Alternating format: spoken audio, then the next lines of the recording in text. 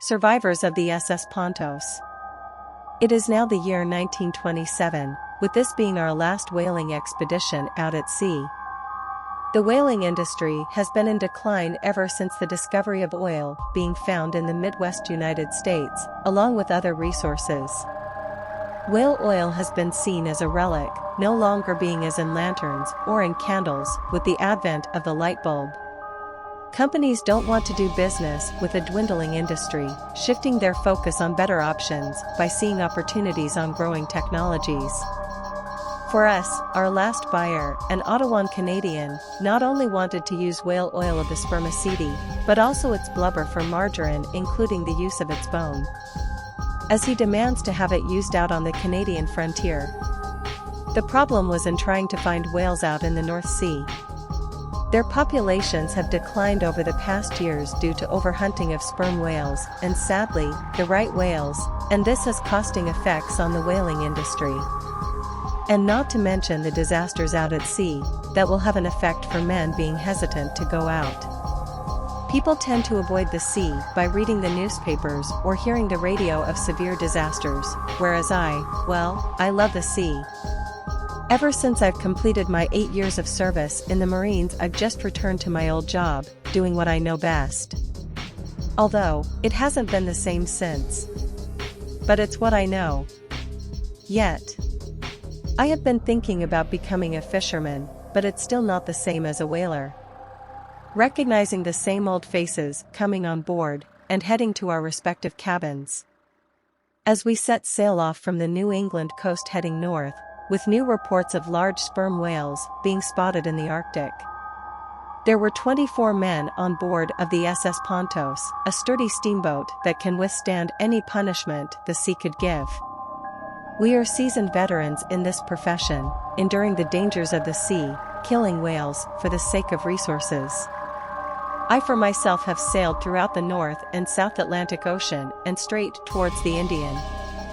Going to lands far beyond any American can ever imagine, from Cuba to Madagascar. But I feel that this one is going to be different. I can feel it in my bones. 25 days have passed since we reached Iceland by ship. There we disembarked on port, gathering supplies and provisions from the seaside town. We stayed for 2 days in Iceland before we headed out. While we were accommodated inside of an inn, I began to hear some chattering by some Icelanders in a pub. And that they have spoken of a great whale. A whale that has caused nothing but misery for the native whalers of Iceland and the Faroes. I have been coming to this country more than the others, and being here has made me pick up the language. And as I gleaned in their conversation, their voice was that of fear. Not once in my entire life have some native whalers been afraid of this so-called great whale, until they were interrupted by this bearded old man who came to them half drunk, whose voice trembled when he spoke something much worse than their great whale. And that was his encounter with a vat normer. The pub was suddenly silent when he spoke of this name. Now, I've heard this name before. In Greenland it means sea serpent, while here in Iceland it is called a water serpent. But in the old Scandinavian tongue, it meant sea dragon. Now of course it's all hogwash into believing such a superstitious notion here in the modern world. Then again, these folks will see anything that they believe to be a dragon. Of course any explanation will concur that what he saw was just either a large eel or an oarfish.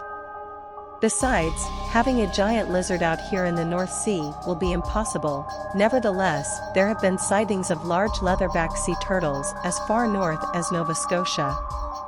But a serpent, I highly doubt it. With our ship finally maintained, we returned to the sea fully supplied. All of the men were gathered around on the mess deck, with our captain and his first mate had given us new information. There he placed a map on the wooden table, directing his pen by pinpointing the location where the sperm whales had been sighted. And if it were to be true, a whole pod of whales, enough to bring back to New England. Finding them and hunting a large one or two will cover our allowances for months. This will give us time in finding a new career once this expedition finally concludes. With our meeting adjourned, everyone returned to their respective duties. With our sheer luck, we spotted a pod of whales off to the distance. Everyone on deck was excited by their sudden appearance this early, as it can only mean that the information we received was true, and now we can be done with this last hunt. However, there was something wrong with these whales. They seemed to be swimming away from something and heading towards our direction, but how we wondered. I knew with my entire life out at sea that these sperm whales don't fear anything, and being the world's largest predator, nothing can get in their way. There have been some reasons why, as these females could have been swimming away from a large bull. After all, these cows are with calves that are being led by a matriarch. We informed our captain of the situation, so we had to move our ship immediately before it got damaged by some frightened cows. Until we spotted a cloud of mist spouting from a large whale that was heading directly towards them. Was it a bull?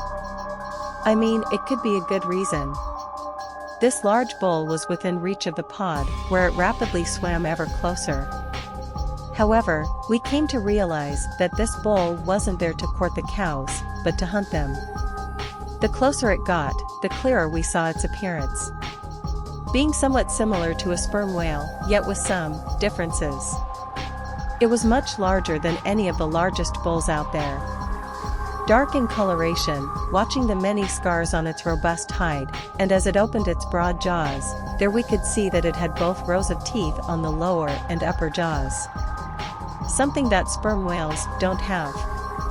As the Leviathan clamped its massive jaws on one of the cows, we became flabbergasted by the absolute immense size of this great Brobdingnagian whale, where it easily picked off a large cow. But for our captain, all he saw was a great prize.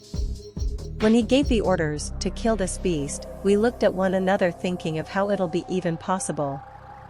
Seeing its colossal proportions would prove impossible to kill a whale that size. Nevertheless, we undertook our orders and prepared for the hunt. One manned the harpoon, while the rest of us wore our oilskins, grabbed our weapons, and rowed out to sea. There was so much blood in the water as we rowed towards the spot. With pikes in hand and a rope on another. Watching the pod swimming in fear. There was so much chaos on the surface. When one of the men detected a bull sperm whale off to the distance, somehow hearing the cries from the cows came to their aid. And as it met with the great Brobdingnagian whale, the two bulls locked horns before disappearing under the water, giving the pod some time to escape with their lives. It suddenly became calm out Jerez, with the waves rocking our boats. Some of the men were hesitant in even being out here. But we have to kill this whale and make use of its body. Over an hour has passed as it became quiet, too quiet. When it was time to return to our ship, the great Brobdingnagian whale breached out of the waves and swam towards our direction. We got on our ship in time, but it was too late. The beast rammed our ship with such tremendous force, knocking everyone off their feet. We could have never believed that a whale like this could do so much damage to a modern whaling steamboat. A monster like this was something that we've never experienced before. Our predicament was terrible. Breaching out of the waves again, introducing his immense size once more before crashing back down below. The worst was not over yet. Off to the horizon was an incoming thunderstorm. Winds picked up strength, and waves began to rise like hills. The sound of thunder roared over the heavens with a clash of lightning within the dark clouds. The men rushed down inside the ship to fix the situation, as water was rushing inside. It took us hours to repair the damages that were inflicted on our ship. We did our utmost best to seal it. But it wasn't good enough. Closing the many doors so the water may not flood. We sent out signals for help, hoping and praying for anyone to find our location. We're now stuck in the cold waters of the North Atlantic with this godforsaken storm. With some of the men continuing working on the damages, whilst the rest of us were on watch. With the rain pouring down on us on deck, we scoured with our eyes to catch anything out there as we held tight on our ropes. when I began to observe something emerging between the waves. Praying that it wasn't the great Brobdingnagian whale seeking another attack. However, the more I gazed at it, the more I noticed that it wasn't the whale. There was something distinctly different about it. I could only try to make out its appearance with the flash of lightning there. I can see that it was elongated, yet heavily robust. But there it was getting closer. Me and the men were horrified to witness something that shouldn't exist. Rising out of the waves was this reptilian-like sea serpent. Reddish-brown with dark spots, with its long serpentine figure covered with hardened osteoderms and scuts. Having a narrow lizard-like head with rows of crocodile-like teeth. It plunged back into the waves. Was it the Vatnormer? The sea serpent, the dragon of the sea? No. It couldn't be, it can't. The men sounded the alarm by the sight of the sea serpent. The captain and the first mate got out to see what was going on.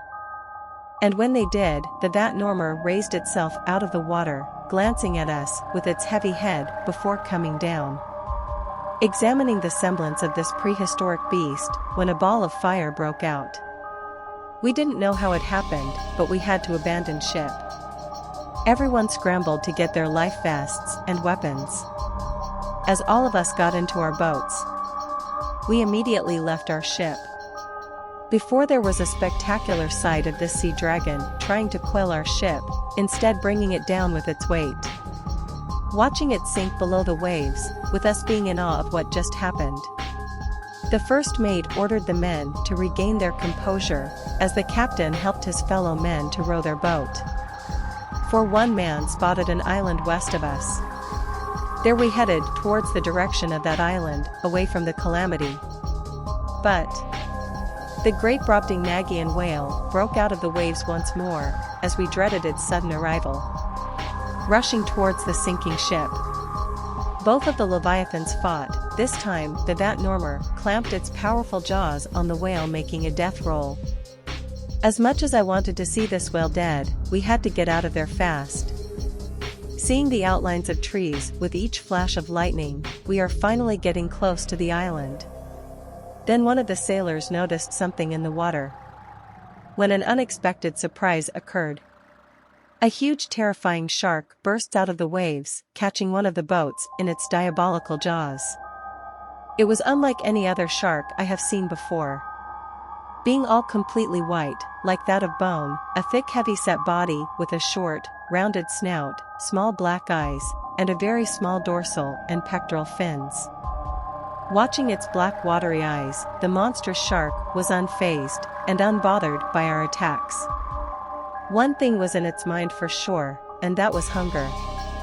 Gruesomely devouring with its blood-soaked mouth, but what I caught sight of was its gill openings, which were small for its great size.